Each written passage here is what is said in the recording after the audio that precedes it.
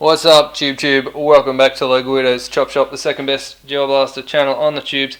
And today on the bench, I've got a what is the brand? I don't know. HB. HB is the brand name. I'm not quite sure who's behind that, but the box says HB. So it is a CZ805 from HB. Now this is an interesting blaster. I like it because it's something new and different. It's not M4 based. It's something that's, you know, just not super common. It's something different that, you know, I think looks pretty nice. It's a nylon construction. It does have a few metal parts here. This looks, I think this is metal in here. The mag release is metal. This fire selector is metal. Charging handle is metal. Looks like the outer barrel is also metal. The inner barrel is aluminium as well. It's a very nice construction. It sort of reminds me a bit of the blasters that we used to get, but just a step above. It looks like slightly higher quality than, say, a J9 or a J10 sort of deal. It's quite a nice looking thing. Let's load it up and get some chrono tests. Now, first thing I've got to say, the battery compartment here. So in the stock here, it's got a folding stock. You press this button here to fold it, and you can see there is the cables in there to go to the battery. So if you are like me and you are looking at that folding stock and thinking, wait, if the cables go into the stock, where the heck is the battery located in the stock? It's got to be one incredibly skinny battery to mount that stock. Well, you are correct. It is this tiny little battery in here. Let me just pop this open. It's the most difficult to open battery compartment as well. We get the tiny little. This also brings me back. This is like, I think this is like the old Desert Eagle 7-volt Lipo, tiny little 2-cell. Pops in the back of that stock. It is so small. Does have select fire. Semi-auto there, fully auto there, and safe there, which is more than the J9. Well, I guess the J9 did have it, it just didn't really work that well. But it's definitely more than the Gen 8 had. So let's load this up. I'm going to load in some. Oh yeah, it's got that really annoying top-loading magazine that I can never open, but it does have a Gen 8 compatibility, so if you have a Gen 8 mag, it will fit the Gen 8 mag as well. But I have already loaded some Ultra Elites into this, so I will pop them in the standard mag, and we'll take this bad boy to the Chrono. Right, here we go on the Chrono.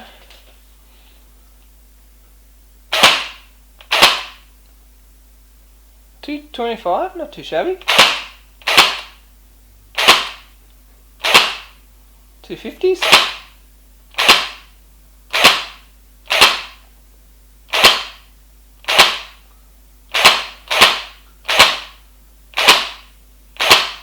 Let's put it on auto give it a bit of an auto blat.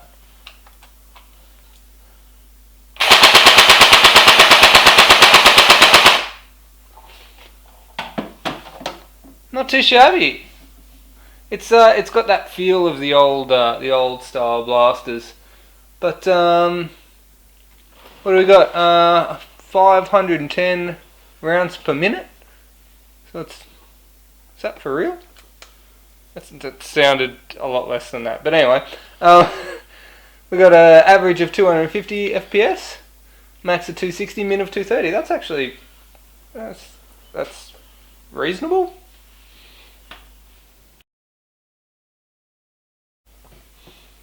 Alright, so not too bad. Good little hitter for the price, I think. Let's take a look at what's inside it.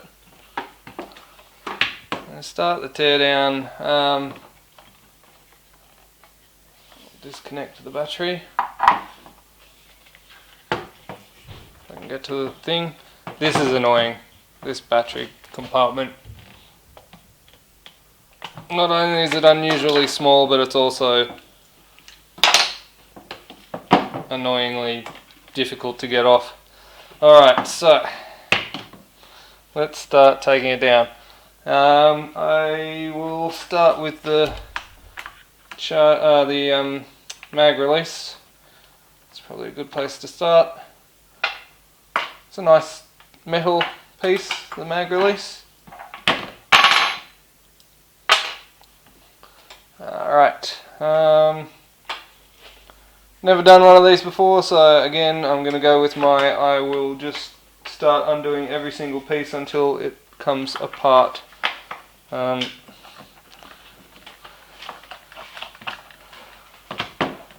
Charging handle.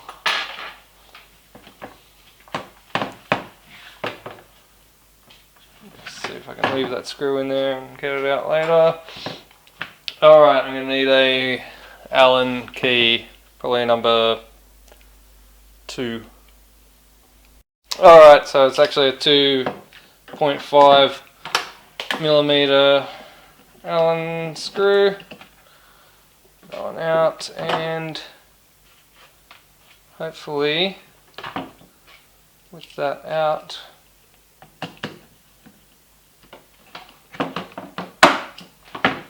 can push the pin through the other side. Get this pin out, excellent. And I'm hoping that the stock, there we go. Alright, now I'm assuming this wire for the battery is going to have to get drawn all the way through, which it does, and it's got a cute little door there that comes through. Interesting. Now that's got to feed through here, surely. What have we got? Oh, right, okay.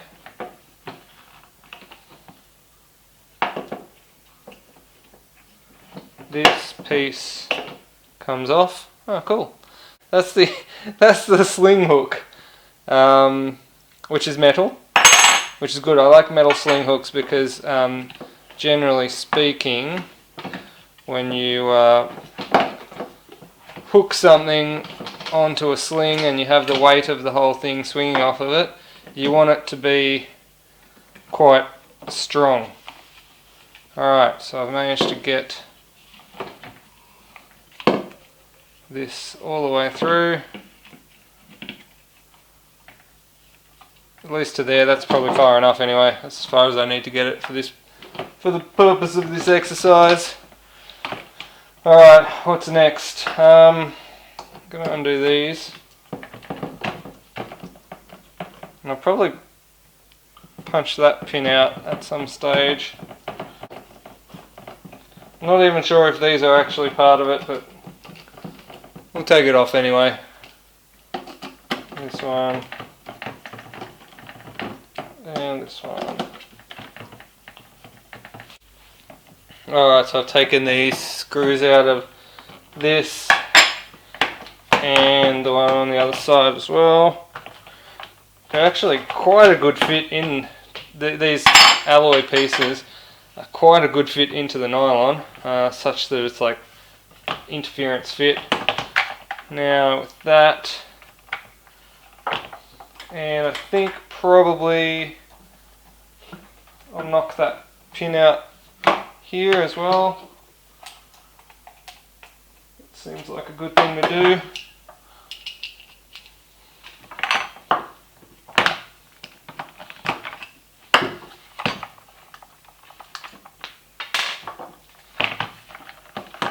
Hoping that, oh, hey, we got something. Ooh. Alright. whole barrel and gas tube assembly, which is aluminium, all comes off, exposing the long pink barrel. Were you expecting it to be pink? I wasn't. Alright, what is next? Let's separate this upper from the lower. Alright, looks like there's a pin here, and maybe a pin here and a pin here. I will start by punching them out. That came out almost too easily, as did that one. Maybe I should, I don't know if they're different lengths, so I'll keep them in order. And there's one at the back here too, also probably a different length, same length as the front one. I'll put it there. Alright, let's see if now the upper and the, yes they do, the upper and the lower are separate, and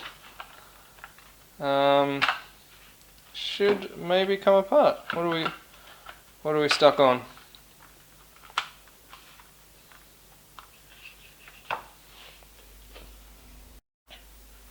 Okay, so this upper doesn't seem to want to come off in any way, shape or form, so I think I'll just continue with getting the gearbox out of the lower. I'm going to remove this fire select.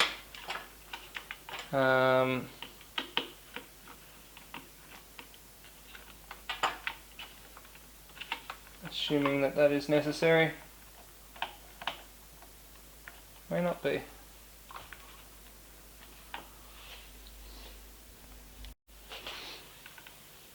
As always, don't lose your detent balls. And I'll probably do the other side as well. It seems like the appropriate thing to do. Screwdriver.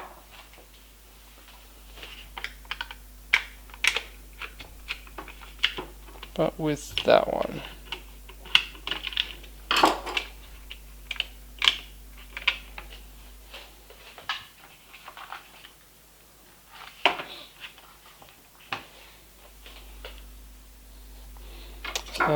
Probably take these two screws off too.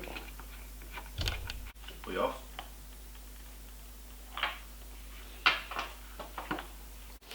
Alright, it looks like this bolt has to come out.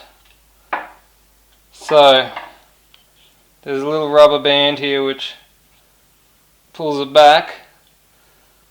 Hopefully with that out, this should come off. I'm hoping. Okay, it looks like the whole time I've just been being too gentle. What I need to do is just be a little bit rougher with it, because I think that just slides off. And you just have to tilt it up a little bit. The barrel here is aluminium barrel, so the front of the receiver there just pushes down on that barrel a bit, and I didn't want to do that because I didn't want to flex the barrel or potentially bend it. But there's no way that you can get that upper off past the top of this. There's a slot there, can't get it off there without a little bit of flex in the barrel, and that is the only way it can be done. Alright, so with that done, let's take a look at this box. It's definitely a V3. A V3 with some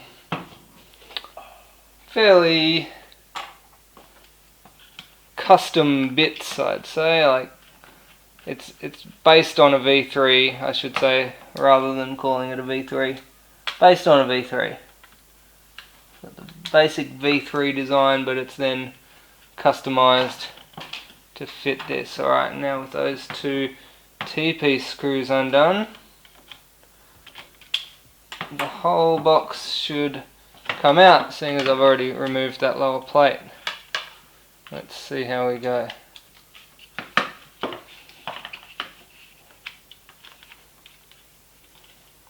Yes, okay.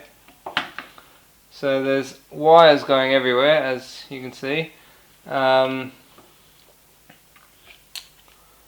Two of the wires go to the mag terminals. So that means the mag terminal plates probably going to have to come out as well. Another couple of screws down here.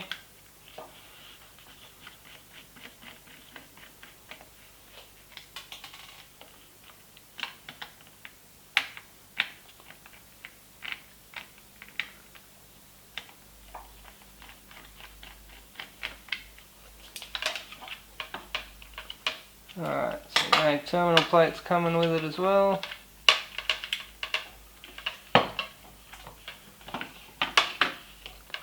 And what's next? We've got just about everything that can unscrew from this blaster has been unscrewed.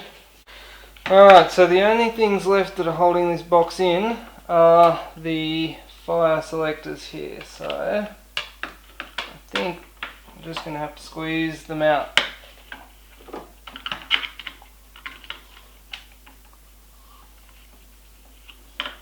That's one.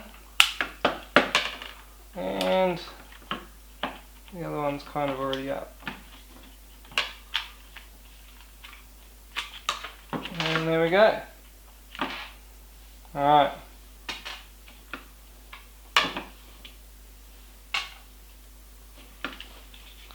So, let's get, oh wow, there it is. Pretty solid nylon lower. And look at that V3 in all its hideous glory. It's something, isn't it? Alright, what have we got inside? I'm going to have to switch sides on this because all the screws are on this side. HB embossed in the nylon gearbox. Aluminium trigger by the feels of it. Yeah, alright, let's do this. Alright, let's start pulling this apart. I like how they've used cello tape to I guess control the wires here. It's cool. Could have at least used electrical tape. Oh look! What the? What the fuck? What in the actual fuck just happened?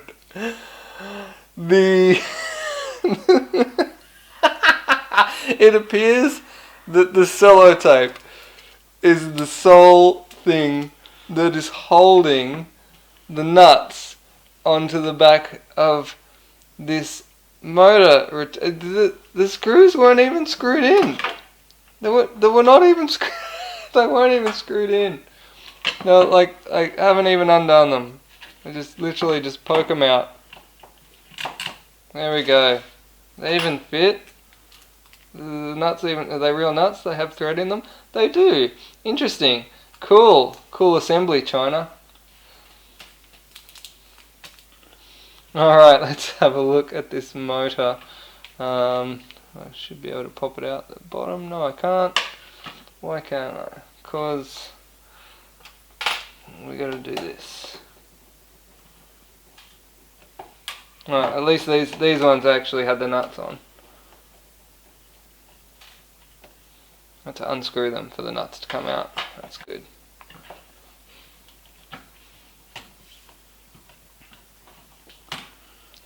Alright. So we've got what seems to be a nylon pinion.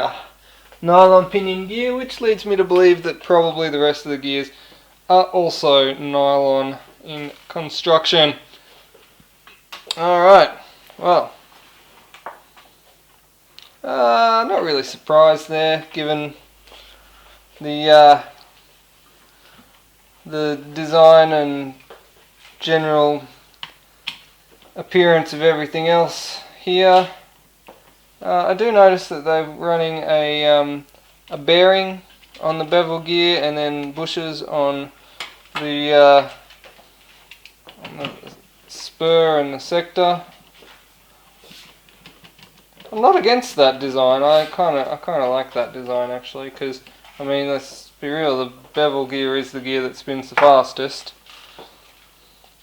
Alright, so got the fire selector here. All this should sort of come off, I expect. There we go. And you too. Place it all over there. Alright, this long rod across the top here, for what it's worth, is where the big bolt piece goes on there.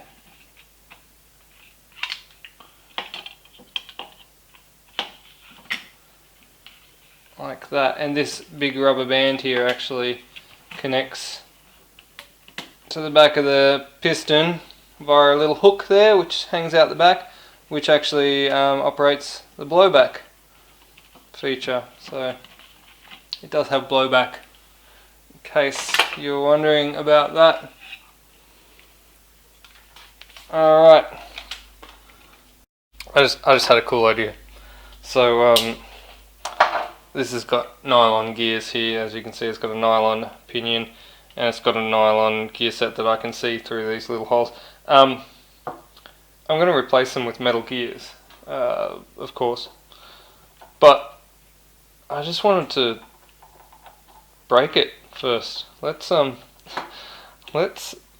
get some springs into this that probably shouldn't be in here and see what it'll handle, because I'm interested to know. And I mean, a lot of people are all about the metal gears, and understandably metal gears do last longer than plastic nylon gears, but a lot of people don't give credit to nylon gears where a little bit of credit is due.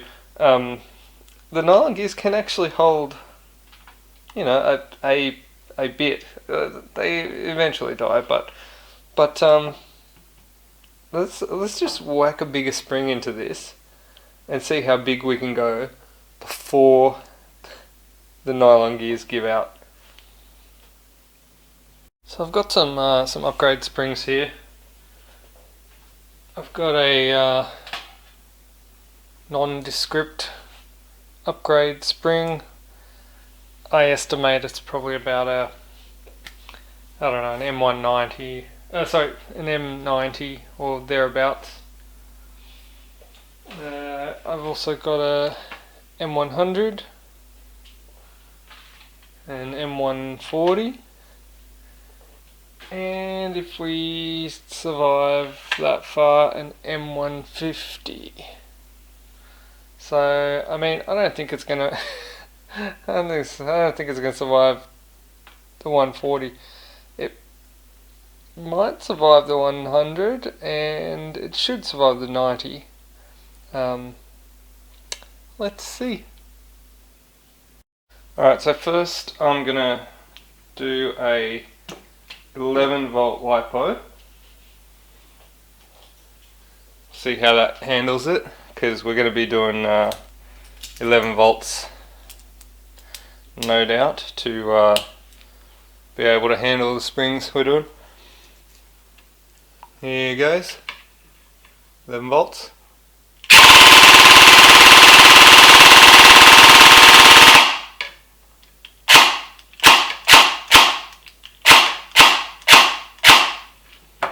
Doesn't seem to be any problems with 11 volts.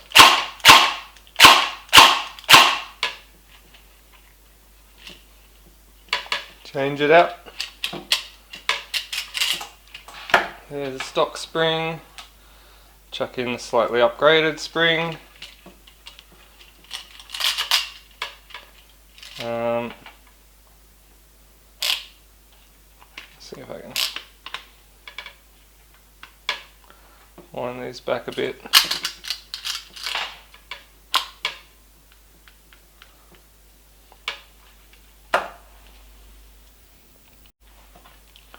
Alright, the upgraded spring.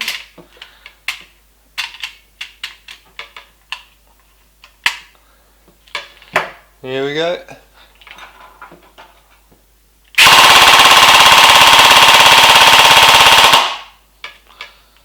No problems there.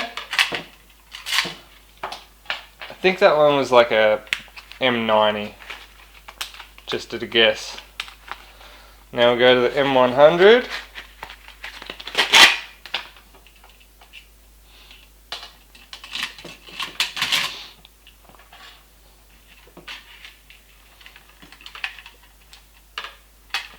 Now what do you think? Place your bets now. You reckon the M100 is going to kill it, or do you reckon it'll survive the M100? What do you reckon? Pause the video now and put it in the comments.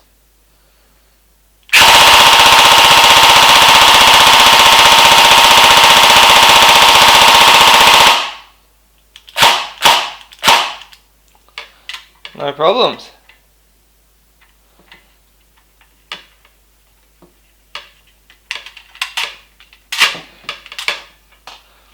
Alright. Well, pause video now. Put this in the comments.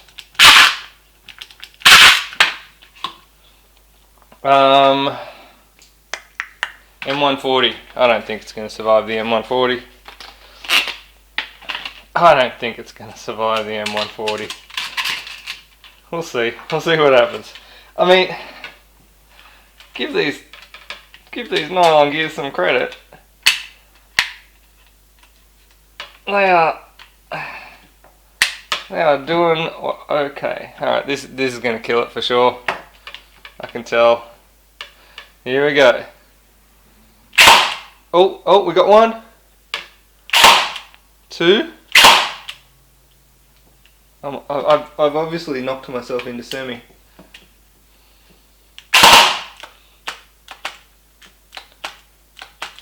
Alright. I'm at the point now, I think, where my battery's now starting to get a bit too low to turn it. Hold on, let me whack another battery on. Alright, new battery. M140. It's really struggling at the back here. It's like the spring's compressed all the way back, and it can't get it to cycle to the next part. Alright, let me just reset this and then keep going. Alright, I've reset the spring. Here we go. I've got myself in semi again. Oh, hang on.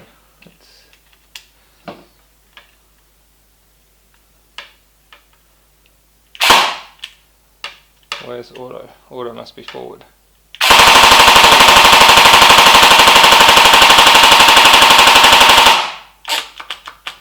Oh my gosh. Give the nylon gear some credit, guys. Give them some credit. This is pulling some current. The motor's getting a bit warm. Man, these gears, they're going hard. Let's put the 150 in. Alright, guys, do not underestimate the power of a properly shimmed nylon geared gearbox. I mean, it wouldn't last forever, but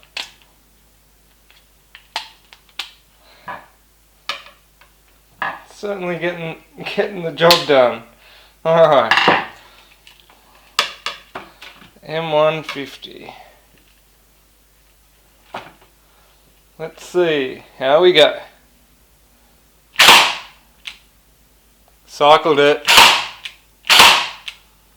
Alright. Pop it into auto. Here we go.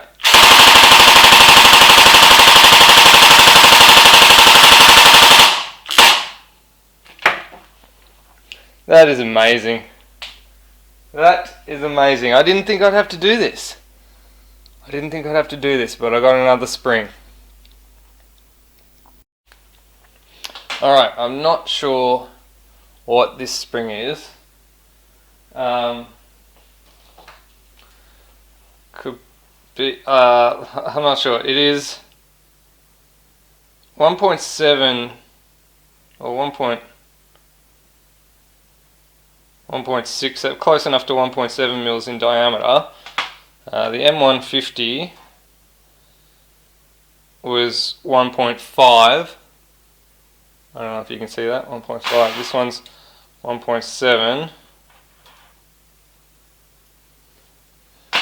And like, this is a stock spring that it came with, and this is like oh man, this I didn't think it'd get this far, but here we go. Here we go. Send it.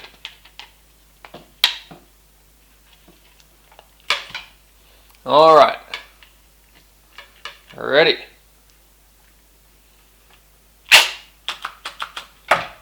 All right. It can't do it.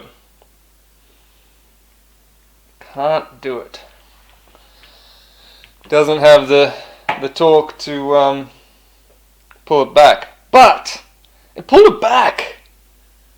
It didn't break the gears. I was I wanted some destruction.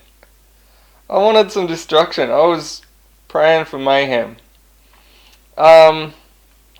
This is testament. This is testament, guys. Testament. You don't always have to have metal everything.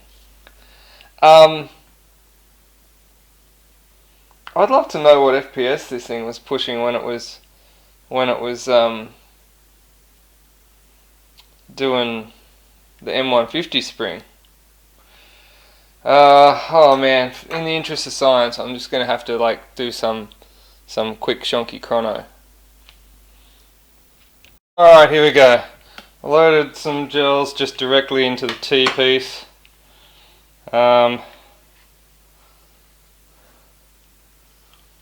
Just gonna send it.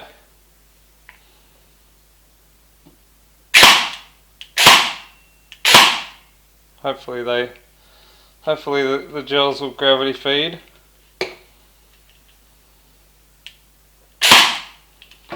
Maybe not. Might have to put another gel or two in there and just give it some pressure.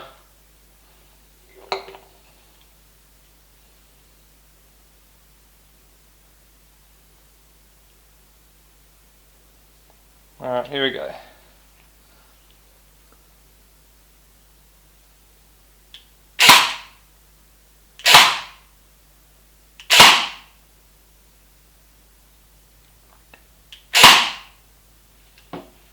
Well, I only got one to feed there.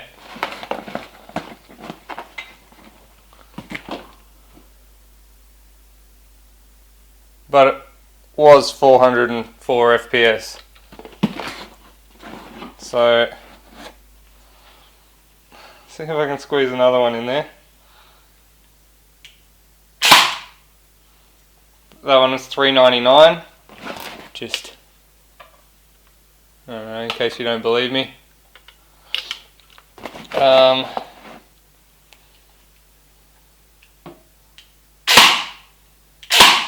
I can't get them to feed. Hang on. This is not an ideal setup. Alright, here we go.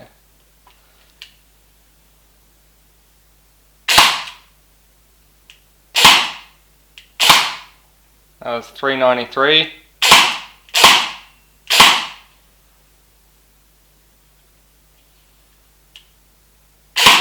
Anyway, I think we get the points made.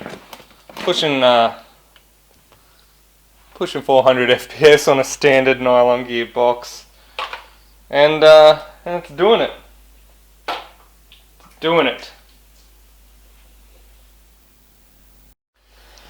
Trying to break this box and it's just not having any of it. This goes to show that a correctly shimmed nylon gearbox can be better than an incorrectly shimmed metal gearbox.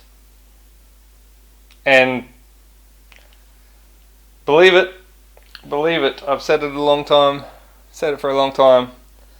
It all comes down to who builds your box, not what it's made of. Okay, well, I totally was not expecting that to survive, but it did. Who knew? Alright, I'm gonna get this spring out.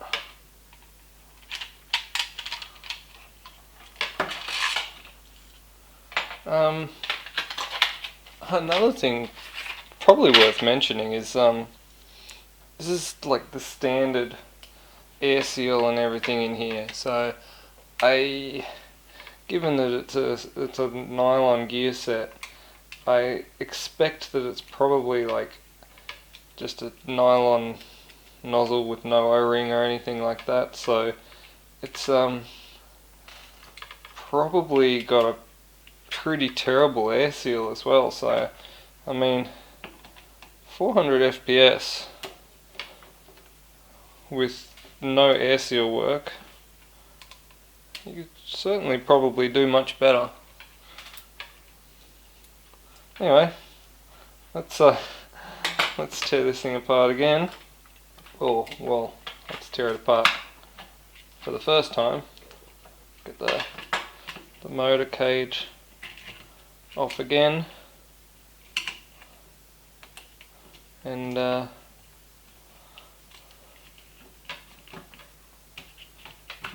see how we go. What's inside? I mean, we've kind of got a fair idea of what's inside, don't we? I'm just going to get these screws out. I'll start with these two. I got a feeling that that's going to be the two screws that hold the T-piece on. So, get those two screws out, and hopefully that T-piece comes off or something. Something. It's retained slightly.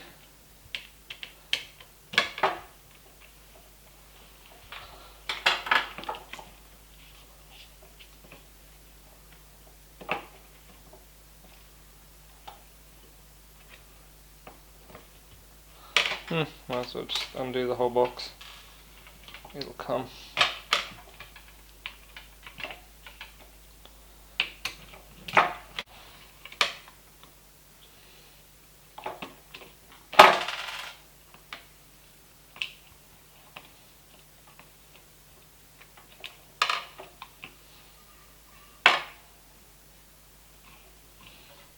Alright, there's the T-piece off. Just gonna get this little protective plate here off. Protects the trigger from grease. And now, hopefully, the whole box should separate. No, there's one more screw. There's always one more screw. This one looks like it's a self-tapper. Interestingly enough, I think it's the only self-tapper. That's a really long, skinny one. It's not a self-tapper, but it is essentially self-tapped. But yeah, all these other screws are actually have little nuts on the other side, which is pretty good really, because it just means that you're actually threading into the nut and not the plastic. So eventually when you self-tap into plastic or nylon or whatever, the eventually the thread wears away. The whole gearbox wears away. And there you have it. There's the magical gearbox. Nothing magical about it. Just a good nylon gear set. Of course, being that it's a nylon gear set, it's also got a nylon piston.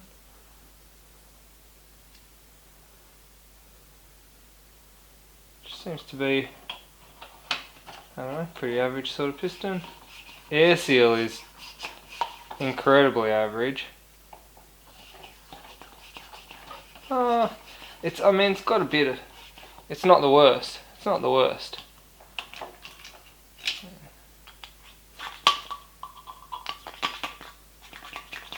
It's not the worst, but it could certainly be better. I wonder where it's leaking from. Is it leaking around the edges? Or it could just be the O-ring. Either way, I'm going to look at that air seal. Look at this nozzle. This nozzle is probably not much we can do about it, but it seems to be very firmly installed onto the tappet plate. Doesn't want to easily come out. Alright, well, I'm going to probably replace these gears with metal gears. Which is a bit of a shame, really, considering how much of a fight they put up and survived. Anyway, is what it is.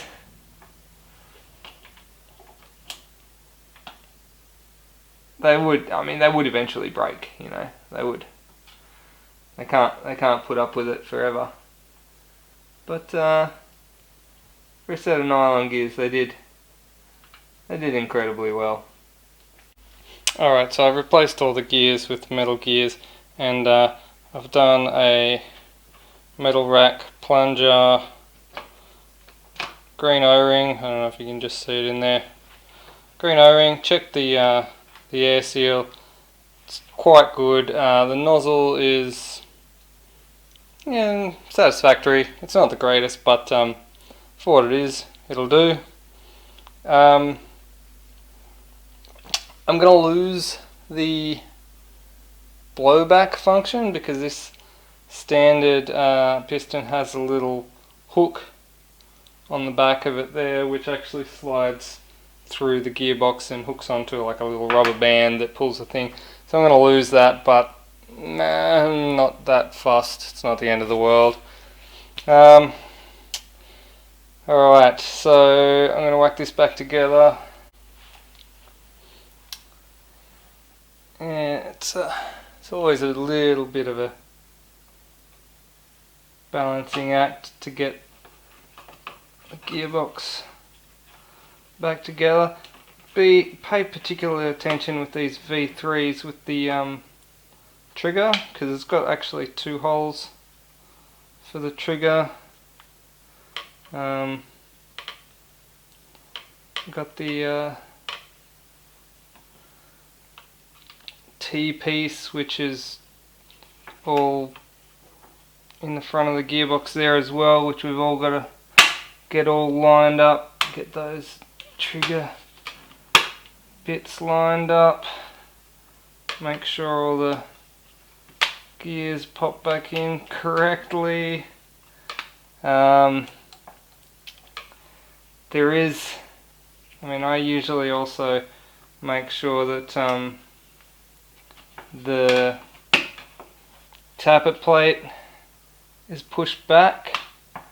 It's a bit hard to do that with this particular gearbox. Might be able to just stick a poker in there and make sure that tappet plate's pushed back.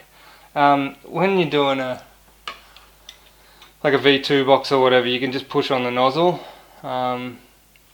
Because this one's got sort of like the integrated T-piece thing there, it's a little bit of a pain, but seems to be all quite good.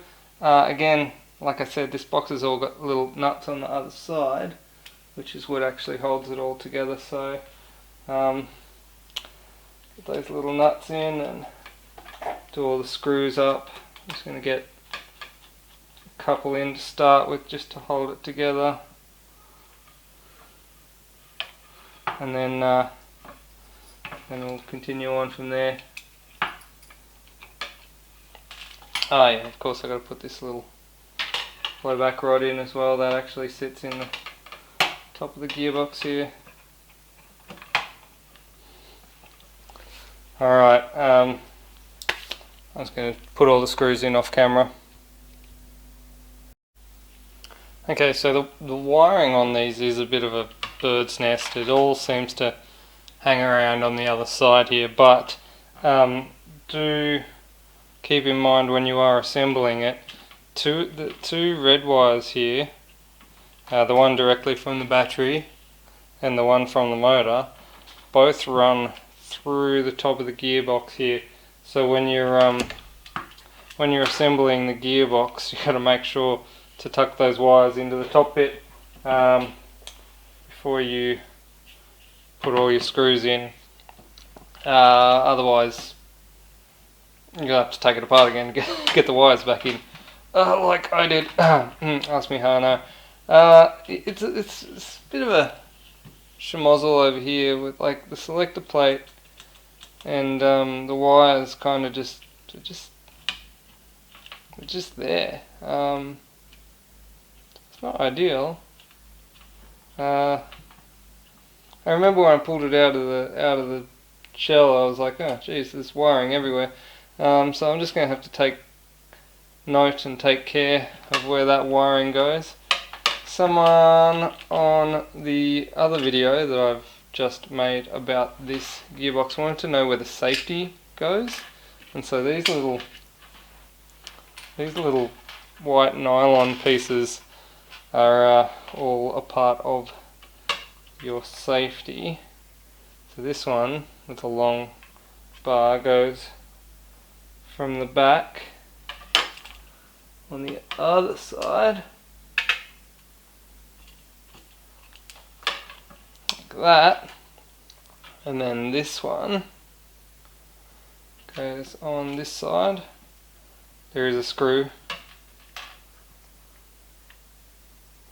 that goes through there, and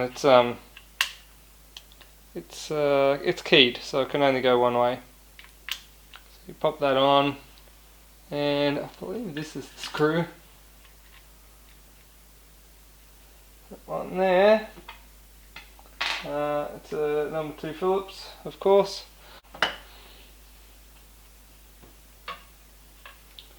Let's screw that one in.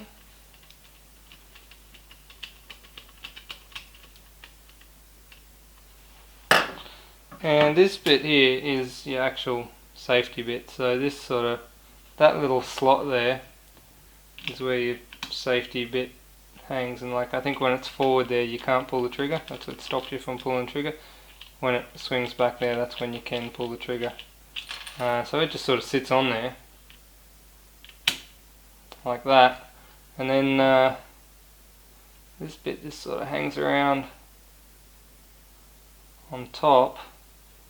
I think it sort of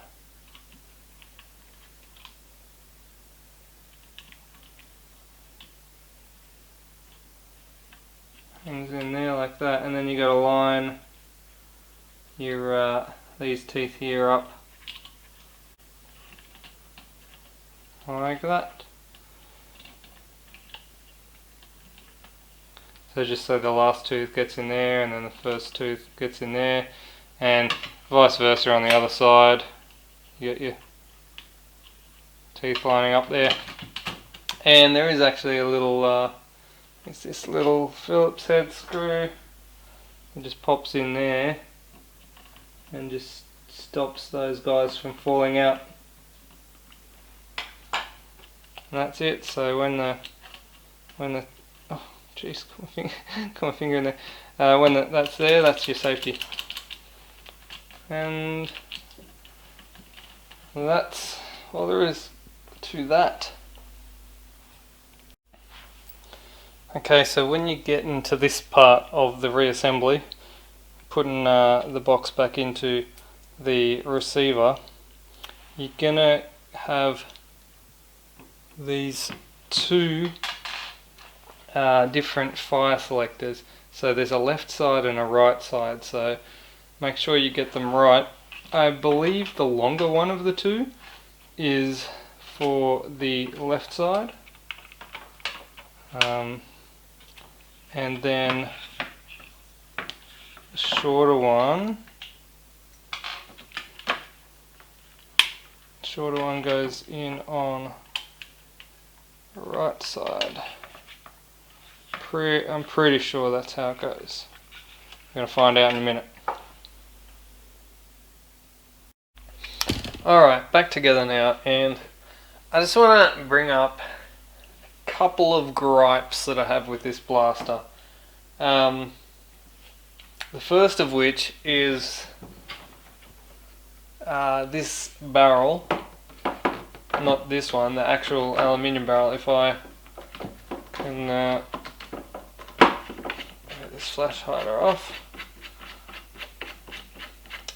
you might be able to see it. Okay. The barrel is just sort of chilling in there, and see that? There's like no support for it, so I mean, if the barrel can move around like that, then the accuracy isn't going to be great. It does come with this piece though, which is a little aluminium adapter to make it 14mm reverse thread for if you want to change the flash hider, and that lessens the wobble, but then your standard flash hider doesn't fit back on. But yeah, that could be better. that could be better. I would have liked to have seen that in a barrel, the inside diameter of the inner barrel, at least for part of it, to be smaller so that barrel doesn't wobble around in there. My other gripe is the battery compartment. On the other end here is this tiny little battery compartment, and that's the cap that goes on there. Now, fortunately I did find one good thing. I did find this little Turnigy Nanotech 0.95 is actually a perfect fit to get in there. You will, I mean, I will have to change the connector type, but that's nothing really. It's not ideal. I'd love to be able to fit bigger batteries, but yeah, it's just the battery compartment is tiny. That is my two main gripes with this blaster. Other than that, it's pretty good. It's a good solid little blaster. Nice nylon construction. Gearbox, which is surprisingly surprisingly sturdy, even for stock. But I'm going to disappoint a lot of you by saying that it doesn't do 400 FPS anymore. It's back down to around 260 FPS, but with the metal gears and everything, probably should last forever in theory with in that configuration, and does give you the I guess it gives you an option to maybe upgrade to bigger springs in the future. But however, I am going to say there's probably not much point going bigger, because there's gonna be a point where you can't provide the battery to pull the spring, and given that the battery compartment is so small, you're gonna, unless you want to run like an external battery, which I guess you can do, but it's aesthetically it's not pleasing to the eye. But yeah, not a bad little blaster for a entry level type blaster. Not perfect, but I mean, hey, these entry level ones never really are. But it is something different. It's not an M4. It's not an AK. Just, you know, something different. I do like things that are unusual and different. Anyway, I think I will call it a night there on this one. Not too bad. Don't forget, you can buy me a coffee if you like what I'm doing here, or you can buy a patch from me on Low Guido's Chapters on Facebook. So I always get to the end of the video and I forget shout outs. So shout outs to all my coffee buyers, Daniel, Sean, New Steed, Adam Hoy. Big ups. Thanks guys. Peace.